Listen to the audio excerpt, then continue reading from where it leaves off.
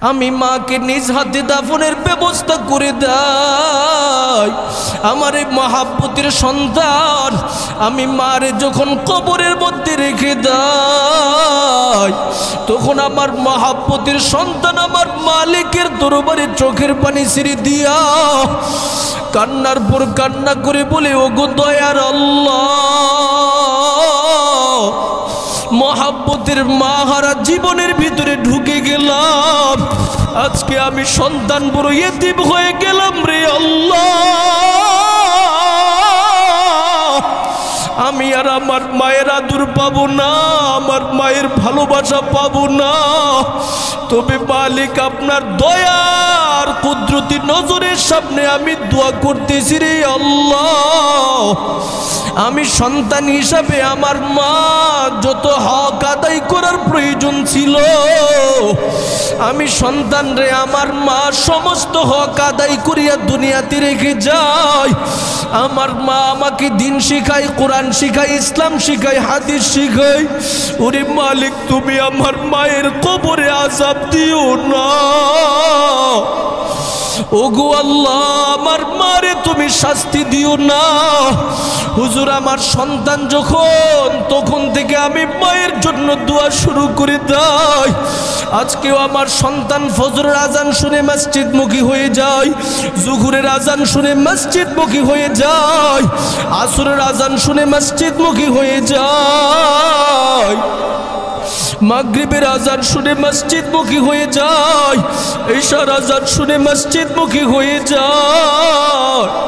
প্রতিটা দুয়ার মধ্যে আমার মহাব্বতের সন্তান আমি মারে ভুলতে পারে না, চোখের পানি ছেড়ে দিয়া রবের দরবারে কান্দায়।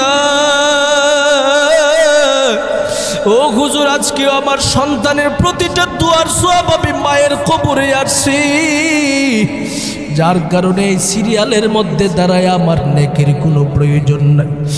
এর গোলাপগঞ্জ এলাকার আল্লাহর মহাব্বতের গোলামের দল, তোমার কি মনে চাই না এমন একটা সন্তান দুনিয়াতে রেখে দিয়া যাও, যেই সন্তান বাবা মরে যাবি জানাজার নামাজটা নিজে পড়াবি, যেই সন্তানটা মা মরে যাবে জানাজার নামাজটা নিজে পড়াবি, যেই সন্তানটা বাবা মার কবরের সামনে দাঁড়াইয়া একটা ফুটা চোখের পানি ছেড়ে দিয়া কাঁদবি।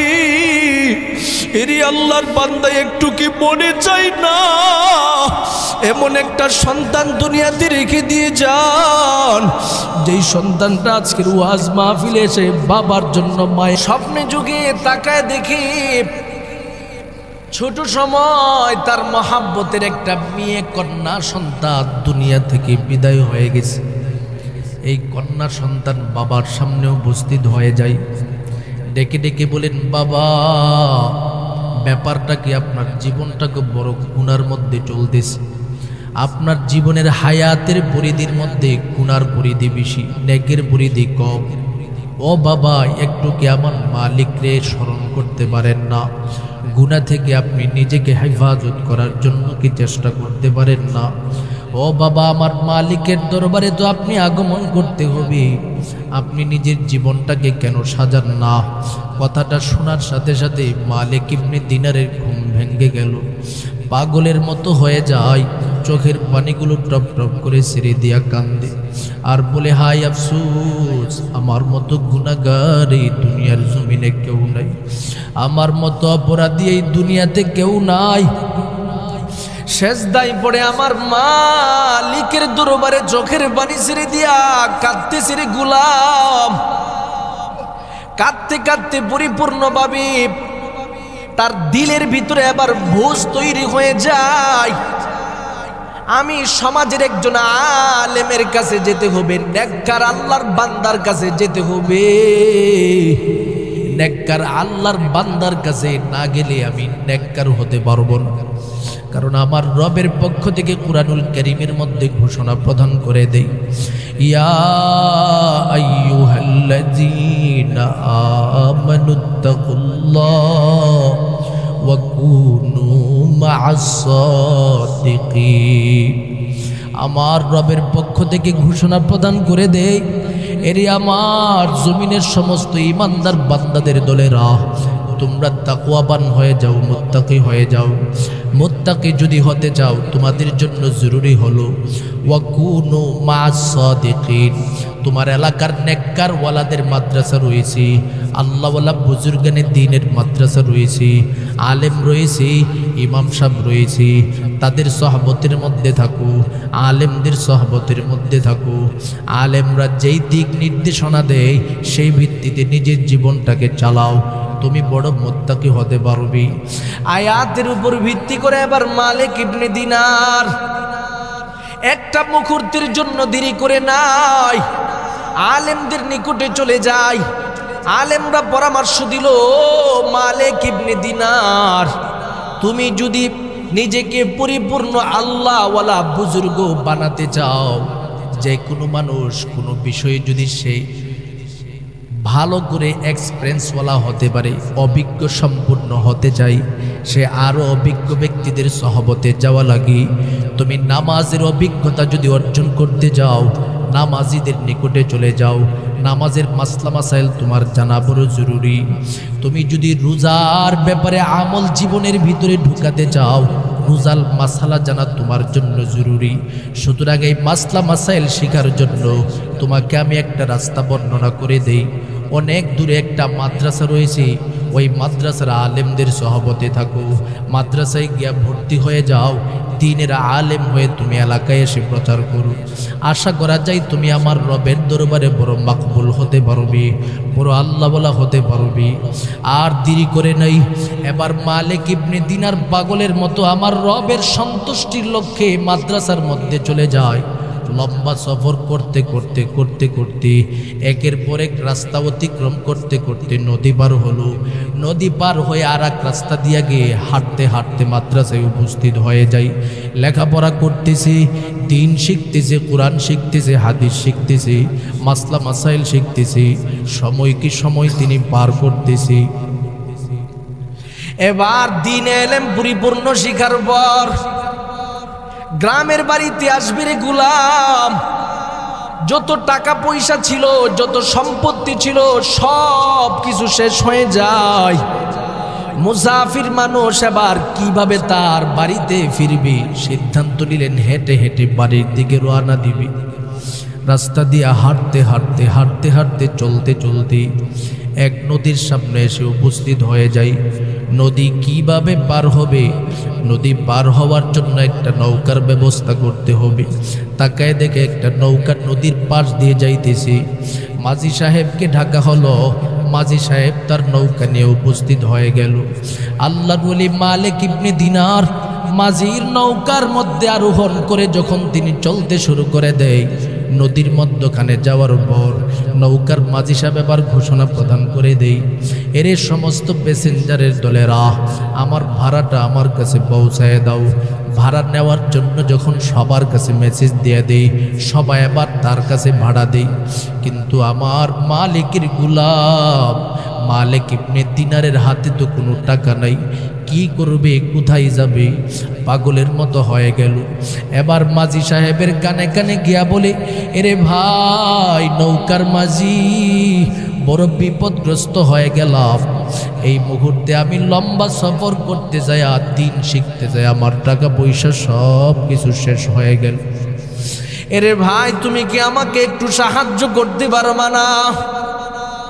পরবর্তীতে জীবনে কখনো যদি তোমার সাথে আমার সাক্ষাৎ হয়ে যায়, আমি তোমার সমস্ত টাকা পরিশোধ করে দিব।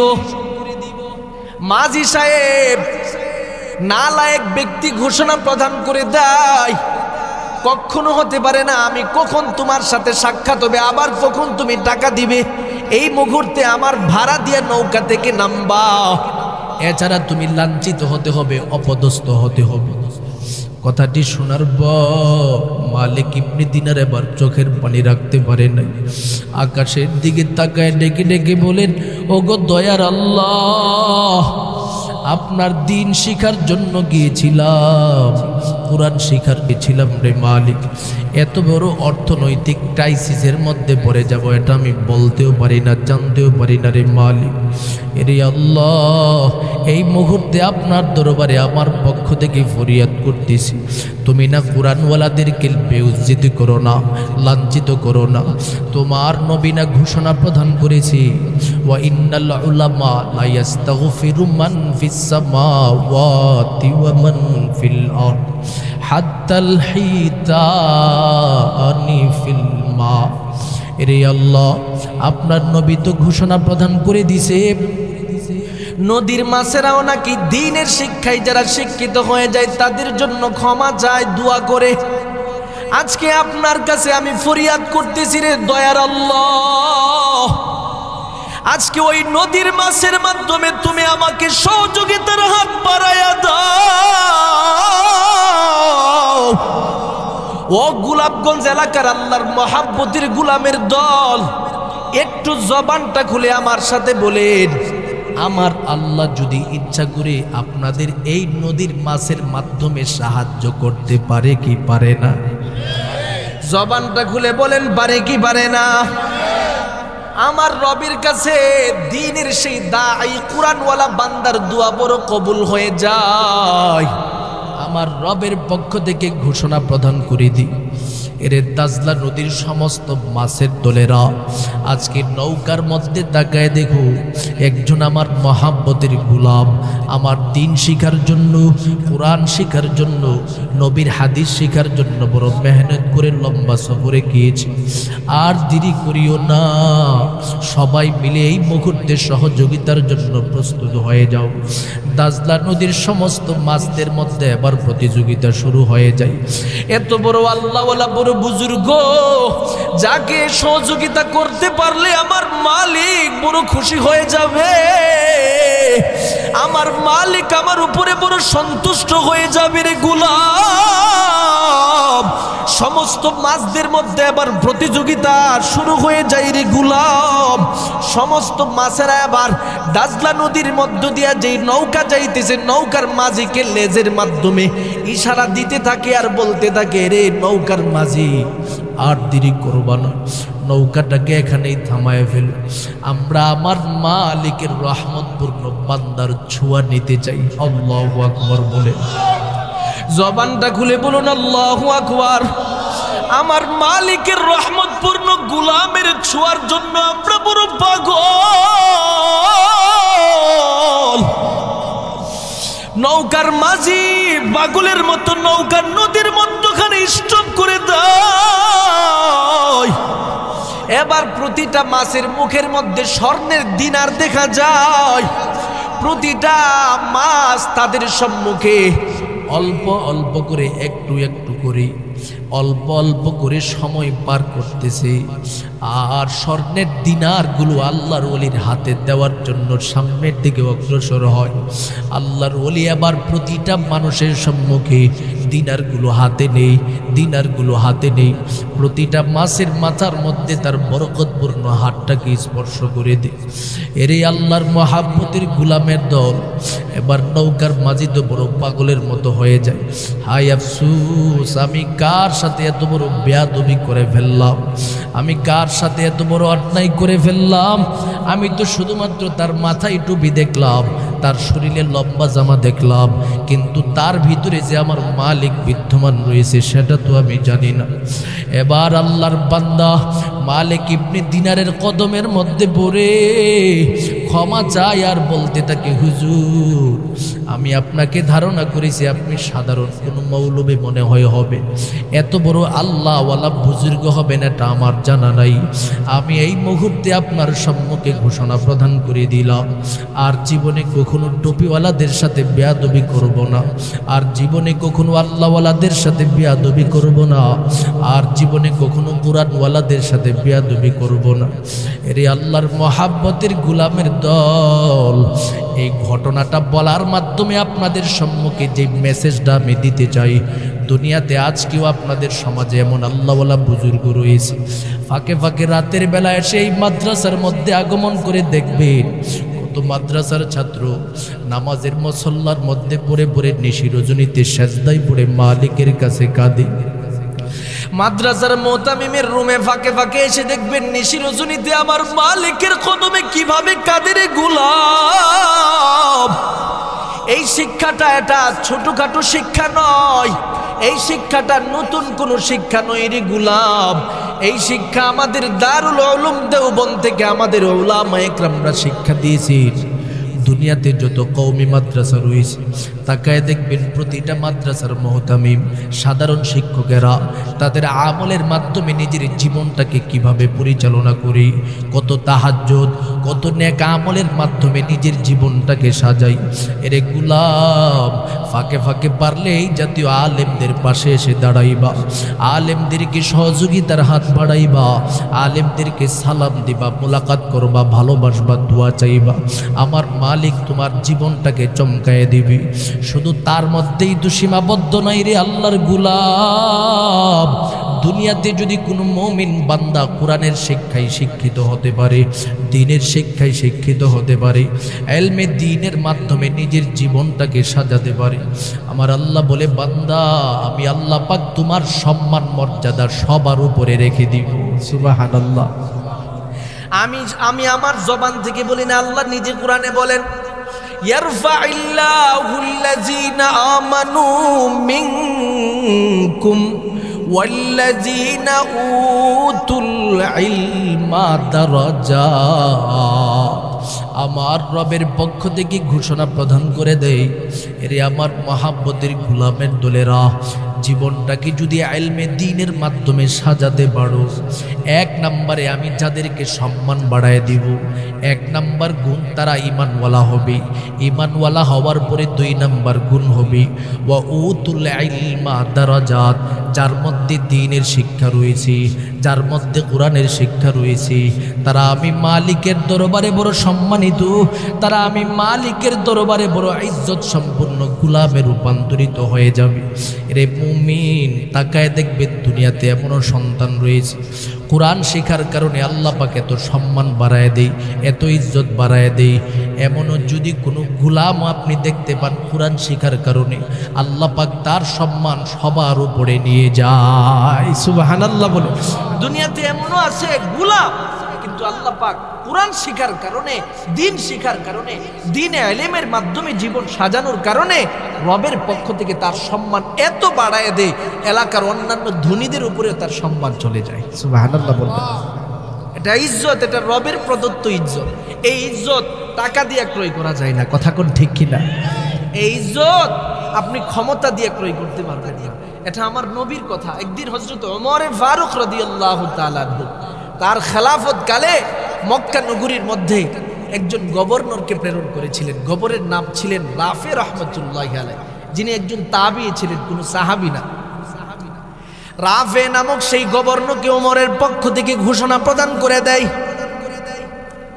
এরে রাফে, মক্কা নগরীর প্রতিটা গ্রামে গ্রামে, প্রতিটা অঞ্চলে অঞ্চলে একজন একজন করে প্রশাসনিক সদস্য নিয়োগ করে দাও।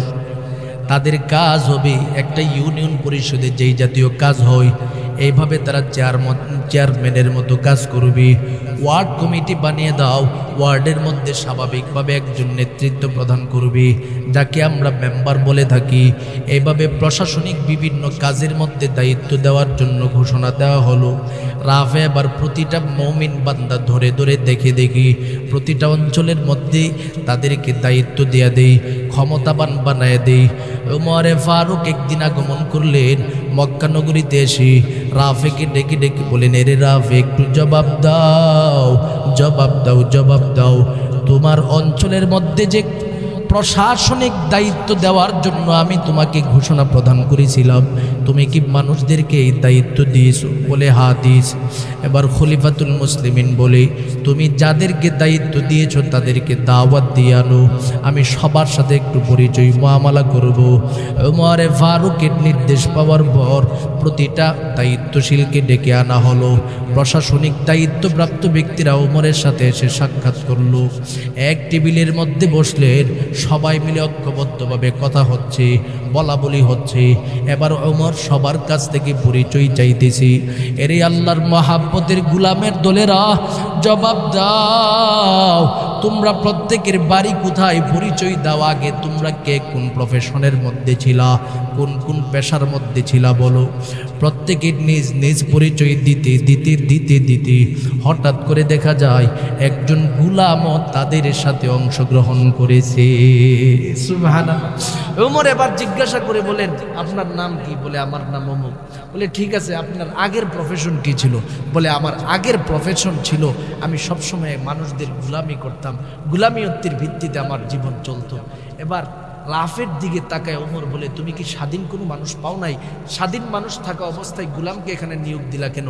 রাফে বলেন, পয়গম্বরের সাহাবী খলিফাতুল মুসলিমিন ওমর, আমি এই ব্যক্তির দিকে গুলামের পরিচয় দেখার পরেও প্রশাসনিক দায়িত্বে আমি ঢুকাইয়া দিছি, কারণ তার মধ্যে 3টা গুণ রয়েছে।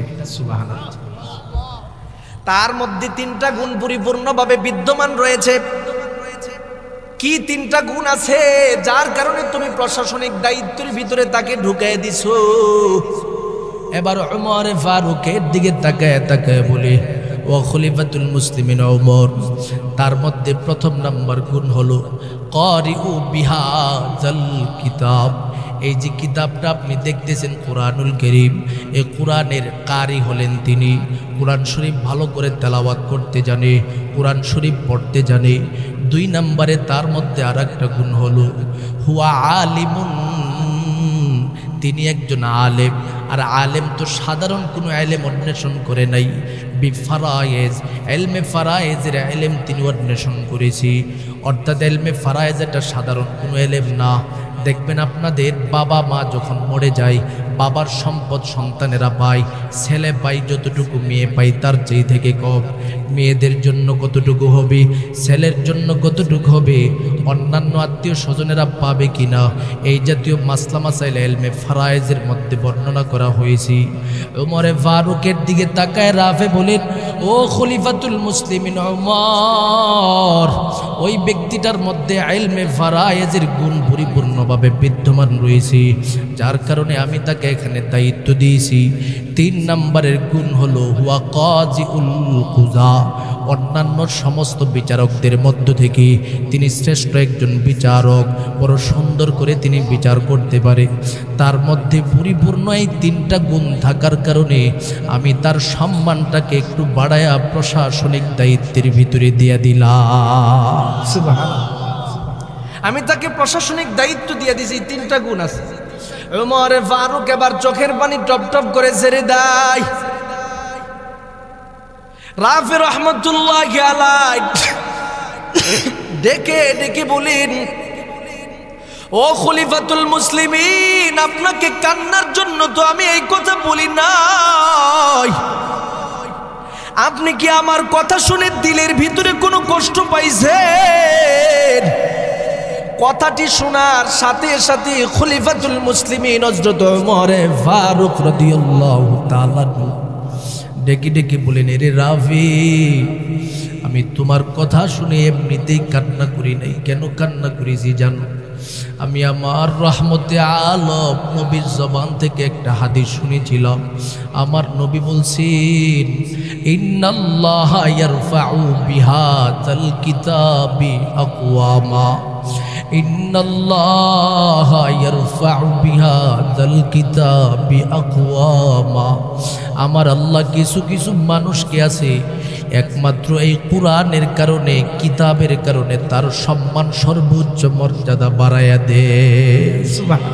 আমার নবীর বরকতপূর্ণ জবান থেকে আমি শুনছি, আর এই কথাটা আজকে তোমার এই প্রশাসনিক ব্যক্তির মাধ্যমে প্রমাণিত পেয়ে গেলাম। প্রমাণটা পাওয়ার কারণে আমি আমার নবীর কথা মনে আছে, আর নবীর ওই বক্তব্যটা স্মরণ করে আমার চোখ থেকে পানি ছেড়ে দিয়ে কান্না করতেছি। আল্লাহু আকবার। এরে গোলাপগঞ্জ এলাকার আল্লাহর মহাব্বতের গুলামের দল, আজকেও যদি দুনিয়াতে হাযাল কিতাব, কোন একটা মুমিন বান্দা এই কিতাবের ইলম পরিপূর্ণভাবে গ্রহণ করতে পারে, ইলম তালাশ করতে পারে, কোথায় থেকে তার সম্মান বাড়ায় দেওয়া হয় ব্যক্তি নিজেও কল্পনা করতে পারবে না। দেখেন না, ঢাকাতে কিছুদিন পরে আমাদের কিছু হাফেজে কোরআন বিদেশের বিভিন্ন দেশে যাই, সৌদি আরবে যাই, ইরানে যাই, তুর্কিস্তানে যাই। যদিও সন্তানটা গরিব, কিন্তু প্রতিযোগিতার মধ্যে অংশগ্রহণ করি, শত শত দেশের মানুষদেরকে পরাজিত করি, আমার দেশটাকে সর্বোচ্চ মাওকায় নিয়ে যাই। শুধু তার মধ্যেই সীমাবদ্ধ নয়, এমন হাফেজে কোরআন আছি অর্থনৈতিক বড় দুর্বলতা ফ্যামিলিতে, আল্লাহ পাক এই কোরআনের খেদমত পরিপূর্ণভাবে করার কারণে আল্লাহ পাক তাদেরকে অর্থনৈতিক সচ্ছলতা দান করে দেয়। হাফেজ তাকরিমের খবর প্রতিটা মানুষ জানে। 100-100-এর উপরে দেশ রয়েছে, এই দেশগুলোকে পরাজিত করি বাংলাদেশের বিজয়ের পতাকা নিয়ে আসছি। কিছুদিন আগে আমাদের হাফেজ মুআজের দিকে আপনারা জেনেছেন, জানছেন। হাফেজ মুআজ কোরআনের হাফেজ, কোরআন শরীফ মুখস্থ করার কারণে আল্লাহ পাক তার সম্মান এত বাড়ায় দিছে। তুর্কিস্তানের স্বয়ং প্রধানমন্ত্রী নিজে এসে তার হাতের মধ্যে চুম্বন করতেছে। সুবহানাল্লাহ। তুর্কিস্তানের যিনি রাষ্ট্রপতি আমাদের এরদোগান সাহেব, তিনি আইসা তার হাতে চুম্বন করতেছে, বলতেছে যে সে কোরআনওয়ালা, তাকে আমি সম্মান জানাবো, সে সম্মান পাওয়ার অধিকারী। এই জন্য মুমিন, আমি যতটুকু আমার চোখে দেখেছি, বিশেষ করে হাফেজ তাকরিমের একটা ঘটনা বলি। আমি টাঙ্গাইলের নাগরপুর এলাকায় এক প্রোগ্রামে গিয়েছিলাম। তাদের বাড়ি ছিল, আগের বাড়ি ছিল আপনার সিরাজগঞ্জে, সেই বাড়িটা আপনার নদীর পানি ভাসায় নিয়ে গেছে, তাদের বাড়ি সব চলে গেছে। পরবর্তীতে টাঙ্গাইল নাগরপুর অত্যন্ত বেকওয়ার্ড একটা এলাকায় আসছে, যেখানের মধ্যে যেতে হলে কমপক্ষে 15 মিনিট হাঁটতে হয়। আমি ওই এলাকায় মাহফিলে গেলাম। ওই সময় নতুন মাত্র তাকরিম সেখান থেকে সফলতা অর্জন করে আসছে। চিন্তা করলাম তার বাসায় একটু গিয়ে আসি। জিজ্ঞাসা করলাম তার বাড়িটা কতটুকু দূরে। বলে, হুজুর আমাদের এখান থেকে যেতে চাইলে গাড়ি নিয়ে যাওয়া যাবে না, হেঁটে হেঁটে যেতে হবে, কমপক্ষে 15 মিনিট লাগবে। আর সেই জায়গাটাও বড় আপনার বিভিন্ন ক্ষেতের আইল দিয়ে চলতে হয়। এত কঠিন, এত বেকওয়ার্ড জায়গা। আবার বাড়িটাও টিনের বাড়ি, টিনের ঘর, তেমন সুন্দর ঘর বাড়ি না। আল্লাহ বলে, তাকরিম রে, তুই আমি মালিকের কালাম মুখস্থ করেছ, আমি মালিকের কালামটাকে তোর দিলের ভিতরে ধারণ করেছ। আমি আল্লাহ তোর সম্মানকে এত বাড়ায় দিব, যদিও তোর বাড়ি ঘর টিনের, কিন্তু আমি আল্লাহ শত শত তালা বিল্ডিংয়ের ভিতরে তোর তেলাওয়াত শ্রবণ করার ব্যবস্থা করে দিব। সৌদি আরবের শত শত তালা বিল্ডিং, প্রতিটা বিল্ডিংয়ের রুমে রুমে তাকরিমের তেলাওয়াত চলছে। তুর্কিস্তানের তাকরিমের তেলাওয়াত চলছে। আপনি ইরানের দিকে তাকাবেন, ইরানের প্রতিটা ঘরে ঘরে তাকরিমের তেলাওয়াত চলেছে। আমার মালিক তাকে এত সম্মান বাড়াইয়া দিছে। এই সম্মান তো আছে, পাশাপাশি আমার রবের পক্ষ থেকে এত সম্মান অর্থনৈতিকভাবে তাকে দিয়েছে। এক প্রতিযোগিতা থেকেই আপনার 75 থেকে 76 লাখ টাকা আল্লাহ পাক সুব্যবস্থা করে দিছে। তাহলে এখন আর তাদের টিনের ঘর থাকবে না। আল্লাহ সম্মান বাড়ায় দিছে। তাকরিম যেদিন প্রতিযোগিতায় অংশগ্রহণ করেছে, এর আগের দিনও জানতে পারে নাই আল্লাহ পাক তাকে এত সম্মান বাড়ায় দিবে। এজন্য আমার নবী বলেন, ইন্নাল্লাহা ইয়ারফাউ বিহাযাল কিতাবি আকওয়ামা, আমার মালিক এই কিতাবের ওসিলা দিয়া কাকে কোন সময় সম্মানের সর্বোচ্চ জায়গা দিয়ে দেয় সে কল্পনাও করতে পারবে না। সুবহানাল্লাহ। এই কারণে কোরআন শিখার প্রয়োজন আছে না নাই? ইলম শিখার প্রয়োজন আছে না নাই? আমার নবী রহমতে আলম নবী ঘোষণা প্রদান করে দেয়, জমিনের মধ্যে যদি কোনো মুমিন বান্দা ইলমে দ্বীন শিক্ষা করে আল্লাহ পাক তার সম্মান সর্বোচ্চ রাখে। কুল হাল ইয়াস্তাবিল্লাযীনা ইয়ালামুনা ওয়াল্লাযীনা লা ইয়ালামুন।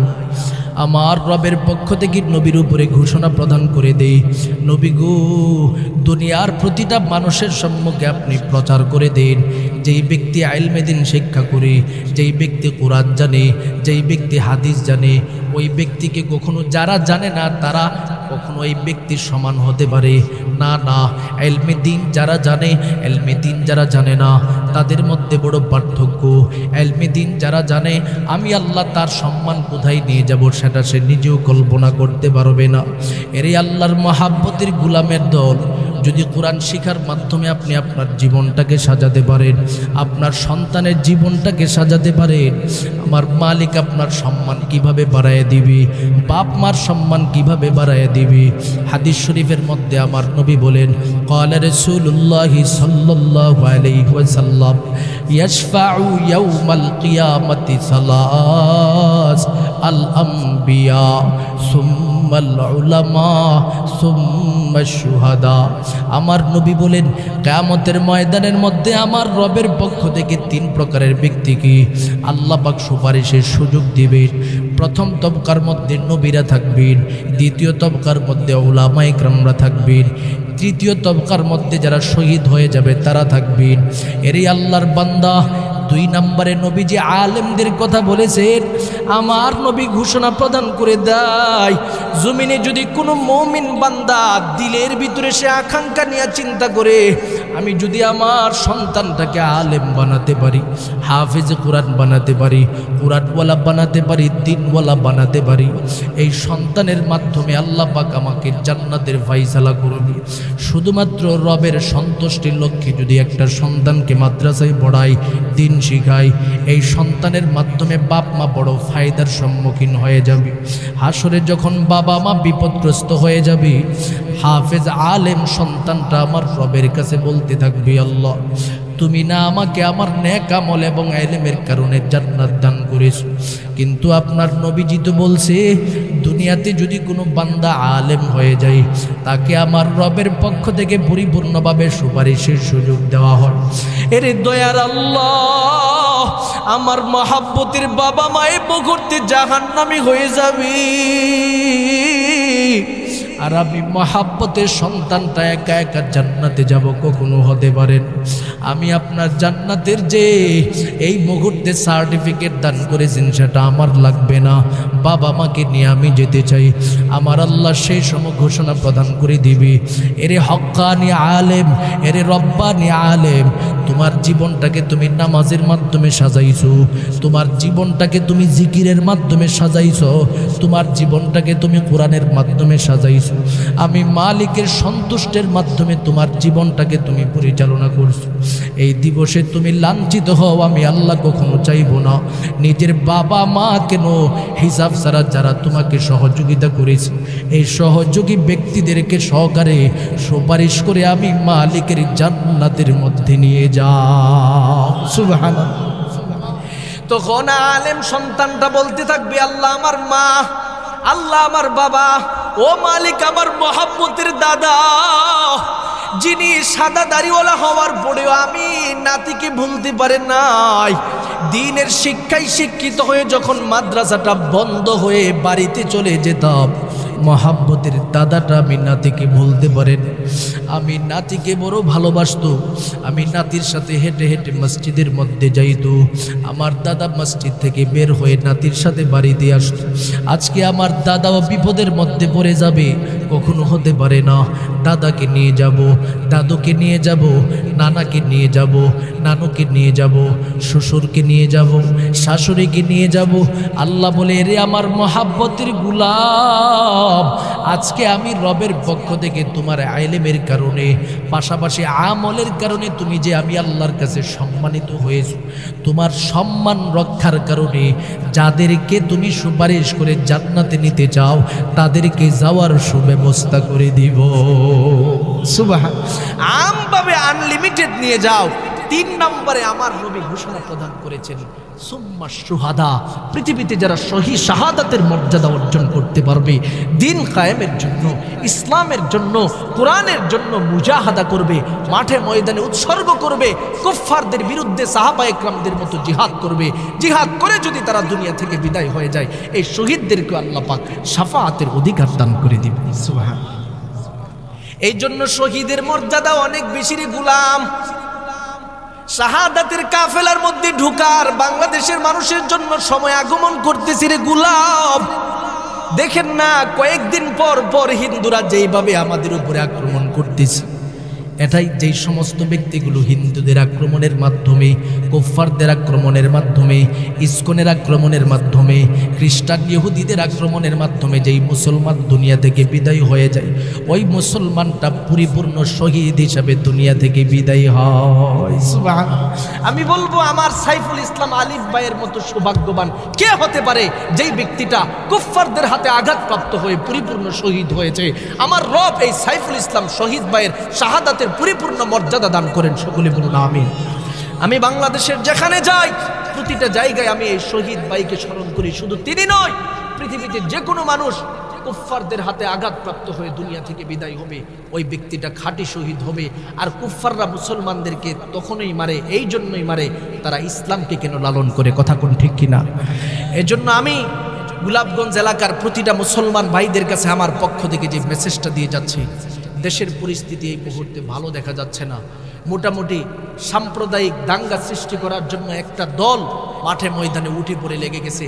তারা চায় এই দেশটা যেন সাম্প্রদায়িক দাঙ্গার সম্মুখীন হয়ে যায়, দেশটা যেন উলটপুলট হয়ে যায়। তখন সাধারণ জনতা বলবে যে আগের সরকারের সময় দেশটা ভালো ছিল, কথা কোন ঠিক কিনা? এই কথাটা বের করার জন্যই সাম্প্রদায়িক দাঙ্গা সৃষ্টি করার চেষ্টা করতেছে। এই দাঙ্গাটার ভিতরে আলিফকে হত্যা করার মাধ্যমে সারা দেশে যেন মুসলমানরা জাগ্রত হয়ে যায়, প্রতিটা মন্দিরে মন্দিরে যেন মুসলমানরা আক্রমণ করে, এই চিন্তাটা তাদের দিলের ভিতরে নিয়ে আমার সাইফুল ইসলাম আলিফ ভাইকে হত্যা করেছে। কিন্তু আলহামদুলিল্লাহ তাদের সমস্ত অপচেষ্টা ব্যর্থ হয়েছে, কথা কোন ঠিক কিনা? তারা যেই অপচেষ্টা করেছে সব ব্যর্থ হচ্ছে। প্রতিটা মুহূর্তে মুহূর্তে আপনারা দেখবেন কিছুদিন আগে আনসারদেরকে মাঠে নামাইছে, পারে নাই। তারা কিছুদিন আগে দেখা গেল শিক্ষার্থীদেরকেও মাঠে ময়দানে বিভিন্নভাবে নামাইছে, পারে নাই। এখন চাইতেছে হিন্দু এবং মুসলমানদের মধ্যে একটা দাঙ্গা সৃষ্টি করা যায় কিনা। আমি আমার গোলাপগঞ্জ এলাকার প্রতিটা মুসলমান ভাইদের কাছে আমি যেই মেসেজটা দিয়ে যাব, যে পরামর্শটা দিয়ে যাব, সেটা হলো আপনার আশেপাশে হিন্দু বৌদ্ধ খ্রিস্টান থাকবে, আগে যেভাবে সাম্প্রদায়িক সম্প্রীতি রক্ষা করে চলেছেন সেভাবে চলবেন, কথা কোন ঠিক কিনা? আমরা চাই না যে দেশের মধ্যে দাঙ্গা সৃষ্টি হোক। আর পাশাপাশি আমরা হিন্দু ভাইদের কাছে যে অনুরোধ করব, আপনারা নিজেদেরকে সবসময় ধৈর্যের সাথে রাখবেন, পাশাপাশি আগে যেভাবে সাম্প্রদায়িক সম্প্রীতি রক্ষা করে চলেছেন সেভাবে চলবেন। তবে সন্ত্রাসী ইসকনের সাথে যেন আপনাদেরকে দেখা না যায়, কথা কোন ঠিক কিনা? আমরা চাই এদেশের মধ্যে যে ইসকন সদস্যবৃন্দ রয়েছে তাদের ব্যাপারে এদেশের সরকার কঠোরভাবে সিদ্ধান্ত নিচ্ছে। আমরা সমস্ত আলেমদের পক্ষ থেকে গত শুক্রবারে আমাদের হেফাজতে ইসলামের যে সমস্ত নেতৃবৃন্দ রয়েছেন সকলেই ঐক্যবদ্ধভাবে বাইতুল মুকাররমে প্রতিবাদ জানিয়েছে, বিক্ষোভ মিছিল করেছে। তার মাধ্যমে বর্তমান অন্তর্বর্তীকালীন সরকারের কাছে দাবি জানিয়েছে যে আপনারা সকলেই ইসকনের সন্ত্রাসীদেরকে সন্ত্রাসী ঘোষণা করে নিষিদ্ধ করুন। আমরা এই নিষিদ্ধ করার দাবি ধারাবাহিকভাবে আগে থেকে করে আসছি, এখনও করছি, সামনেও করব, কথা কোন ঠিক কিনা? কোনো সন্ত্রাসীদের জায়গা বাংলার জমিনে হতে পারে না, কথা কোন ঠিক কিনা? পরিষ্কার ভাষায় ঘোষণা প্রদান করছি, যেই সমস্ত ইসকনরা মনে করতেছে যে তাদের পিছনে ভারত রয়েছে, মুসলমানদের উপরে আক্রমণ করে মুসলমানদেরকে হত্যা করবে, অন্যায়ভাবে তাদেরকে জবাই করবে, এই রাস্তার কথা আপনারা ভুলে যান। কারণ মুসলমানরা সাম্প্রদায়িক সম্প্রীতি যেমন রক্ষা করতে পারে, যখন তাদের ধৈর্যের ভাত ভেঙে যাবে, ভারত কেন পৃথিবীর কোন মুশরিকিনরা মুসলমানদেরকে দবাতে পারবে না, কথা কোন ঠিক কিনা? মুসলমানরা যদি জেগে উঠে কেউ দবাতে পারবে না। কারণ আমরা সবসময় জানি এ দেশ নিয়ে কোনো কোনো সময় ষড়যন্ত্র হয়, আর এই ষড়যন্ত্র চলতে থাকলে আমরা মোকাবেলাও করতে জানি, কথা কোন ঠিক কিনা?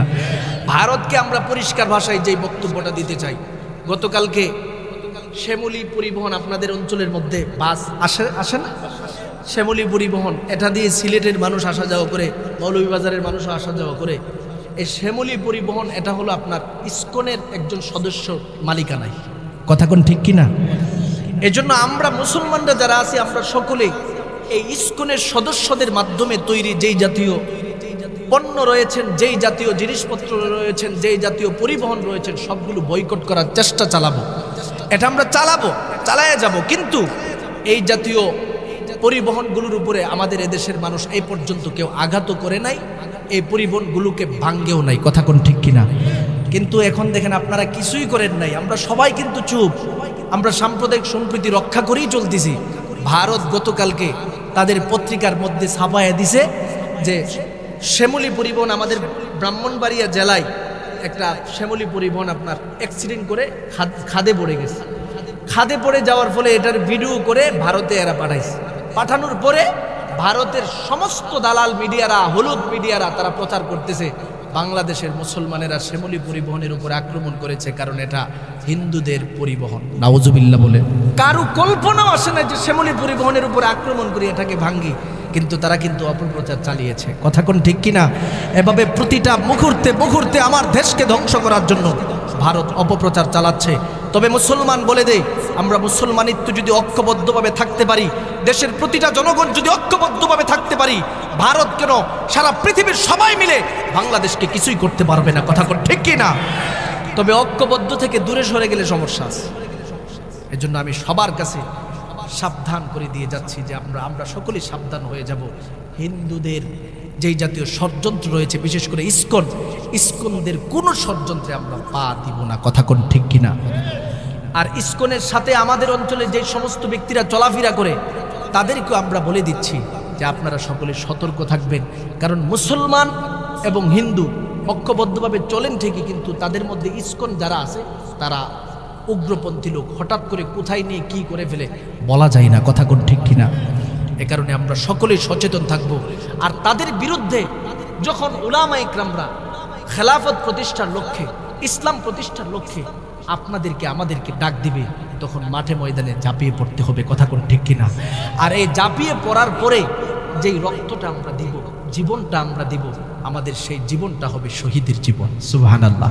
এই বিষয়টা বোঝানোর জন্য কথাটা বলেছি। নবী বলেন আলেমদের পাশাপাশি সুহাদা যারা আছে তারাও শাফাত করতে পারবে। আপনি যখন নিজের জীবনটা রবের জন্য দিয়ে দিবেন, কুফফারদের বিরুদ্ধে মুজাহাদা করে জিহাদের ময়দানে গেলেন, আপনাকে আমার রব শহীদ হিসাবে গ্রহণ করবে। শহীদ রক্তাক্ত অবস্থায় আমার মালিকের কাছে উঠবে, মালিকের কাছে বলবে, আল্লাহ আমি চলে যাব। আমি যখন শাহাদাতের মর্যাদা অন্বেষণ করেছিলাম, আমার বাবা মা বড় ধৈর্যের সাথে জীবন পরিচালনা করেছে, আমার প্রতিবেশীরা বড় ধৈর্যের সাথে জীবন পরিচালনা করেছে। আমি একা একা জান্নাতে যেতে চাই না, তাদেরকে নিয়েই জান্নাতে যেতে চাই। তাহলে এই হাদিসের মাধ্যমে আমাদের সম্মুখে আমার নবীজি যে ঘোষণা প্রদান করেছে, উম্মত, 1 নাম্বার নবীরা আমার রবের দরবারে সুপারিশ করতে পারবে। 2 নম্বরে উলামা ইকরামরা যারা হক্কানি আলেম, নেককার বুজুর্গ আলেম, তারা আমার রবের দরবারে সুপারিশ করতে পারবে। 3 নম্বরে শহীদরা আমার রবের দরবারে সুপারিশ করতে পারবে। এরে মুমিন, এই জন্য প্রতিটা মুহূর্তে মুহূর্তে চিন্তা করব, আমার ঘরে কি আমার একটা সন্তানকে আলেম বানাতে পারলাম কিনা, আমার একটা নাতিকে আলেম বানাতে পারলাম কিনা, আমার একটা সন্তানকে কোরআনওয়ালা বানাতে পারলাম কিনা। এরে মুমিন, তার মাধ্যমে বড় ফায়দা। আমার নবী আর এক হাদিসের মধ্যে ঘোষণা প্রদান করে দেয়, যদি নেককার সন্তান পৃথিবীতে আপনি রেখে দিয়ে যেতে পারেন, কোরআনওয়ালা সন্তান দুনিয়াতে রেখে দিয়ে যেতে পারেন, এই সন্তানটা যতদিন পর্যন্ত থাকবে, বাপ মার হায়াতের মধ্যেও সর্বহালাতে দোয়া করতে থাকবে। বাপ মা যখন দুনিয়া থেকে বিদায় হয়ে যাবে, সন্তান তখনও বাবা মার জন্য দোয়া করবে। সন্তানের দোয়া আমার মালিকের কাছে কবুল। আমার কথা নয়, নবীর হাদিসে বর্ণনা এসেছে, ক্বালা রাসূলুল্লাহি সাল্লাল্লাহু আলাইহি ওয়াসাল্লাম, ইযা মাতা বনি আদম ইনকাতা আনহু আমালুহু ইল্লা মিন সালাস, মিন সাদকাতিন জারিয়া আও ইলমিন ইয়ানতাফিউ বিহি আও ওয়ালাদিন সালিহিন ইয়াদউ লাহু। আমার নবী রহমতে আলম নবী ঘোষণা প্রদান করে দেয়, উম্মতের দলেরা, আমার উম্মতের মধ্য থেকে কেউ যখন দুনিয়া থেকে বিদায় হয়ে যায়, ওই ব্যক্তিটার জন্য আল্লাহ পাক 3টা জিনিস দুনিয়াতে রাখে। অর্থাৎ সে ব্যক্তি মরণের আগে যদি দুনিয়াতে 3টা জিনিস প্রতিষ্ঠা করে যেতে পারে, আল্লাহ পাক তার কবরের নেকের ভান্ডারের ব্যবস্থা করে দিবেন। 1 নাম্বার হলো মিন সাদকাতিন জারিয়া, সদকায়ে জারিয়ার রাস্তা যদি খোলা রাখে, অর্থাৎ ব্যক্তিটা একটা মাদ্রাসা প্রতিষ্ঠা করে দিয়ে গেছে, একটা মসজিদ বানায় দিয়া গেল, দিনের একটা মার্কাজ প্রতিষ্ঠা করে দিয়া গেল, ওই ব্যক্তি দুনিয়াতে যতদিন থাকবে যেই পরিমাণে সওয়াব পাবে, কবরে চলে যাওয়ার পর মাদ্রাসায় ছাত্ররা কোরআন তেলাওয়াত করবে, তিনি যে অল্প কিছু দান করে শরীক ছিল, এই ওসিলা দিয়ে আল্লাহ পাক তার আমল নামার মধ্যে প্রতিটা মুহূর্তে মুহূর্তে সওয়াব দান করবে। সুবহানাল্লাহ। 2 নম্বরে আমার নবী বলেন, আও ইলমিন ইয়ানতাফিউ বিহি, কোনো একটা সন্তান যখন ইলমে দিন শিক্ষা করবে, ইলমে দিন শিক্ষা করার পরে তার যে উস্তাদ রয়েছে, উস্তাদ যখন দুনিয়া থেকে বিদায় হয়ে যাবে, এই উস্তাদ কবরে যতদিন পর্যন্ত থাকবে, ছাত্রের প্রতিটা দোয়া উস্তাদের কবরে যেতে থাকবে। 3 নম্বরে আমার নবী বলেন, আওয়ালাদিন সালিহিন ইয়াদউ লাহু। এরে মুমিন, যদি নেককার একটা সন্তান দুনিয়াতে বাবা মা রেখে দিয়ে যেতে পারে, কোরআনওয়ালা একটা সন্তান দুনিয়াতে যদি বাবা মা রেখে দিয়ে যেতে পারে, প্রতিটা মুহূর্তে মুহূর্তে বাবা মার কবরে সওয়াব যেতে থাকবে। এরে মুমিন, তার চেয়ে থেকে সৌভাগ্যবান কোন ব্যক্তি হতে পারে? যেই ব্যক্তির একটা সন্তান কোরআন শিখেছে, যেই ব্যক্তির একটা সন্তান হাদিস শিখেছে, মাসলা মাসাইল শিখেছে। এরে মুমিন আল্লাহর গোলামের দল, তোমার সন্তান যদি আলেম হয়ে যায়, দিন শিখার মাধ্যমে কোরআনওয়ালা হয়ে যায়, এই সন্তানের প্রতিটা সওয়াব তোমার আমল নামার মধ্যে যাবে। সন্তান যদি তোমার জন্য দিলটা খুলে আমার মালিকের দরবারে দোয়া করি, প্রতিটা মুহূর্তে মুহূর্তে তোমার আমল নামায় সওয়াব যাবে। কেমনে যাবে রে আল্লাহর বান্দা? তার একটা বিষয় বর্ণনা করতে যায় হাদিসের কিতাবের মধ্যে একটা ঘটনা উপস্থাপন করা হয়েছে। শাইখুল হাদিস জাকারিয়া রহমাতুল্লাহি আলাইহি তিনি হাদিসের দর্শ দিতে দিতে একজন আল্লাহওয়ালা বুজুর্গের কথা তিনি বর্ণনা করতেছিলেন। সাহাবায়ে কেরামের ব্যাপারে, আল্লাহওয়ালা বুজুর্গানে দ্বীনের ব্যাপারে বিভিন্ন সময় বিভিন্ন ঘটনা তিনি বর্ণনা করতেন। একটা ঘটনা তিনি বলতে যায় বলেন, একজন বুজুর্গ ছিলেন, সবসময় তার একটা অভ্যাস ছিল, যখনই কোনো কবরস্থান পাইত, কবরের পাশে দাঁড়ায়া সমস্ত কবরবাসীদের জন্য ইসালে সওয়াব করতেন, সমস্ত কবরবাসীদের জন্য দোয়া করতেন। একদিন তিনি কবরের পাশে দাঁড়ায়া সূরা ফাতিহা একবার পাঠ করলো, কুল হুয়াল্লাহ 3 বার পাঠ করলো, দুরূদ ইস্তিগফার পাঠ করে আমার মালিকের দরবারে দোয়া করে আবার চলে গেল।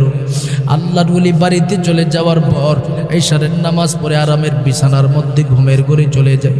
এরে মুমিন আল্লাহর বান্দা, যেই বিছানার মধ্যে আল্লাহর ওলি ঘুমের ঘরে চলে যায়, সেই বিছানার মধ্যে হঠাৎ করে তিনি স্বপ্নে যুগে তাকায় দেখে যে কবরস্থানের ভিতরে কবরবাসীদের জন্য তিনি ইসালে সওয়াব করেছিল, এই কবরের ভিতরে তিনি প্রবেশ করে ফেলল।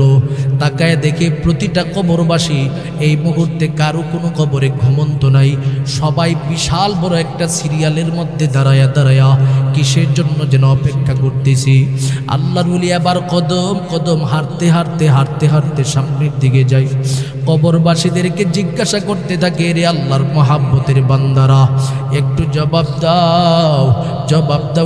দাও, তোমরা এখানে যারা অবস্থান করতেছো কেন দাঁড়ায় রয়েছ? সমস্ত কবরবাসীরা ঐক্যবদ্ধভাবে বলতে শুরু করে দেই, হুজুর, এই মুহূর্তে আমাদের সামনে নেক আমল বন্টন করা হয়। চেয়ারম্যানের অফিসের মধ্যে যেইভাবে মানুষ রিলিফের মাল নেওয়ার জন্য চলে যায়, মানুষ যেভাবে সিরিয়ালের মধ্যে দাঁড়ায় অপেক্ষা করতে থাকে রে আল্লাহর বান্দা, ঠিক সেইভাবে মানুষগুলো সিরিয়ালের মধ্যে দাঁড়ায় অপেক্ষার প্রহর গুনতেছি। বলে নেক আমলের জন্য আমরা দাঁড়ায় রয়েছি। হুজুর বলে ঠিক আছে, কোথায় থেকে নেক আসছে? সিরিয়াল প্রধানকে জিজ্ঞাসা করা হলো।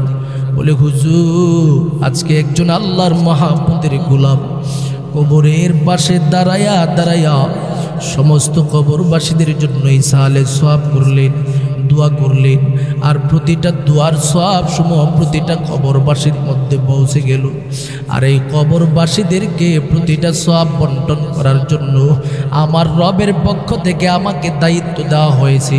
আমি প্রতিটা কবরবাসীদের সম্মুখে এইগুলো বন্টন করে দিতেছি। এবার হুজুর সামনের দিকে চলে যায়, গিয়া দেখি বিশাল বড় একটা বিল্ডিং দেখা যায়। বিল্ডিংয়ের ভিতরে একটা মহিলা বড় আরামে স্বাচ্ছন্দ্যে ঘুমায়। আল্লাহর বান্দিটার সম্মুখে দাঁড়ায় বলে, হুজুর, এরে আল্লাহর বান্দি, ব্যাপারটা কি? তুমি কি সিরিয়ালের মধ্যে দাঁড়ায় নেক আমল নেওয়ার কোনো প্রয়োজন নাই? মহিলাটা বলে, হুজুর, সিরিয়ালের মধ্যে দাঁড়ায় নেক আমল আজকে আমার কোনো প্রয়োজন নাই। কেন প্রয়োজন নাই? কারণ আমার জন্য আমার রবের পক্ষ থেকে প্রতিটা মুহূর্তে এমন নেকের ভান্ডার আগমন করি যা সিরিয়ালে দাঁড়ালে কখনো আমি পাবো না। আর ওই নেকের ভান্ডার নেওয়ার জন্য আমি এইভাবে ঘুমন্ত অবস্থায় থাকি।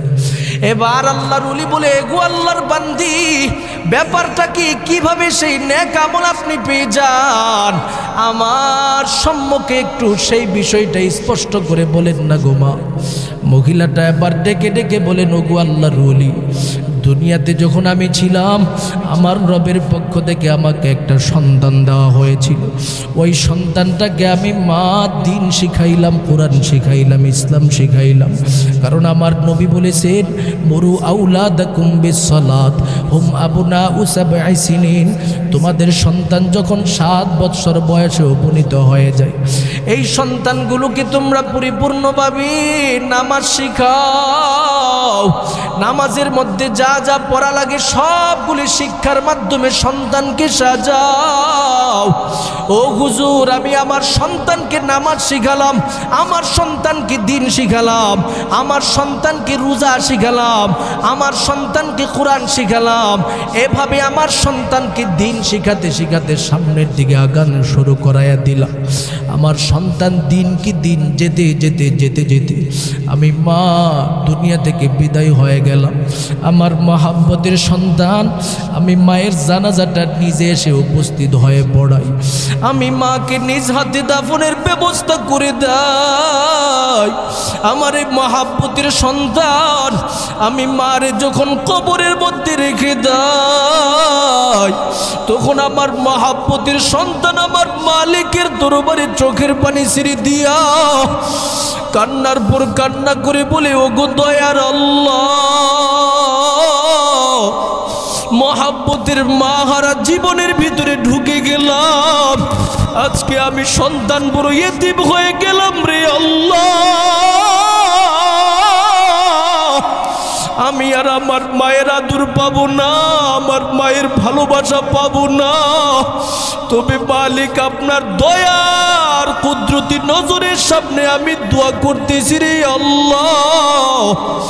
আমি সন্তান হিসাবে আমার মা যত হক আদায় করার প্রয়োজন ছিল, আমি সন্তান রে আমার মা সমস্ত হক আদায় করিয়া দুনিয়াতে রেখে যায়।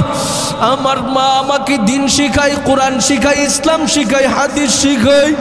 ওরে মালিক, তুমি আমার মায়ের কবরে আযাব দিও না। ওগো আল্লাহ, আমার মারে তুমি শাস্তি দিও না। হুজুর, আমার সন্তান তখন থেকে আমি মায়ের জন্য দোয়া শুরু করে দেই।